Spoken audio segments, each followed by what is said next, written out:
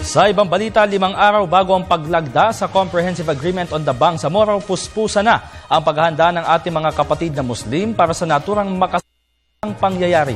Ang ilan po sa kanila ay nagtungo pa sa Maynila upang personal na saksihan ang naturang paglagda. Narito ang report ni Princess Habiba Sarip. Ito ang madamdaming sigaw ng mga Moro Muslim saan man sa mundo. Sa pagpapatuloy ng paghahanap ng tuluyang kapayapaan sa Mindanao, kabilang ang mga grupong Bangsamoro National Movement for Peace and Development at One Bangsa sa mga marami pang grupo ng mga Muslim sa nagsusulong ng pagtitiyak ng kaunlaran sa Mindanao. At sa nalalapit na ika-27 ng Marso ngayong taon, inaabangan ng buong mundo ang paglalagda sa kasunduang siyang sinasabing tutuldok na sa dekadang hindi pagkakasundo ng mga Muslim sa Mindanao o Moros kung tawagin at ng gobyerno ng Pilipinas. Ito ang Comprehensive Agreement on the Bangsamoro. Ang salitang Bangsamoro ay galing sa mga salitang bangsa nang ibig sabihin ay bansa at ang Moro na siyang tawag naman sa mga Muslim sa Mindanao na ayon sa kasaysayan ay kailanmay hindi nagpasakop sa mga mananakop nito. Katulad ng Bangsamoro National Movement for Peace and Development, isang grupo mula pa sa Lanao del Sur ay tumungo dito sa Luzon upang magsagawa ng mga aktibidad para mas lalong makahikayat pa ng mas maraming mga Muslim na makiisa sa paglagda ng nasabing agreement. Ayon sa kanilang pinuno na si Aga Khan M. Sharif, 2 linggo pa lamang nang sila'y tumungo dito sa Maynila ay nagkaroon na ng malawakang information drive ang kanilang grupo sa Mindanao upang ipakita ang kanilang suporta sa araw ng CAB signing.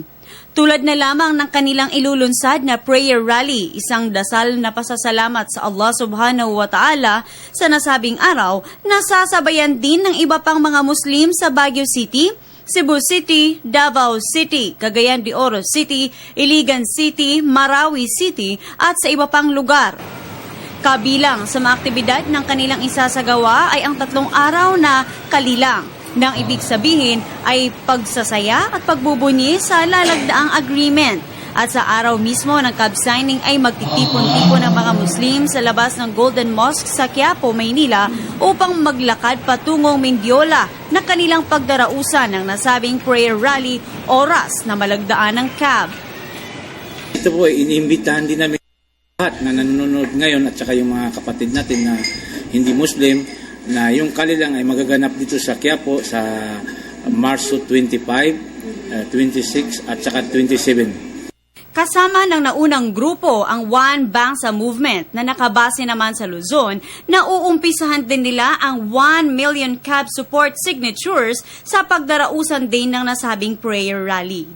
Mga aktibidad na ang tanging layon ay makahikayat ng marami pang grupo at individual na makiisa sa pagpapalakas ng isang Bangsamoro.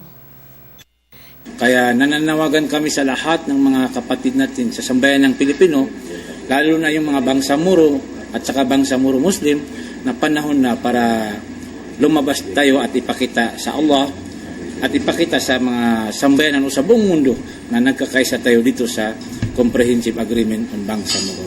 Suportahan natin ang Bangsamoro! Takbir! Allahu Akbar!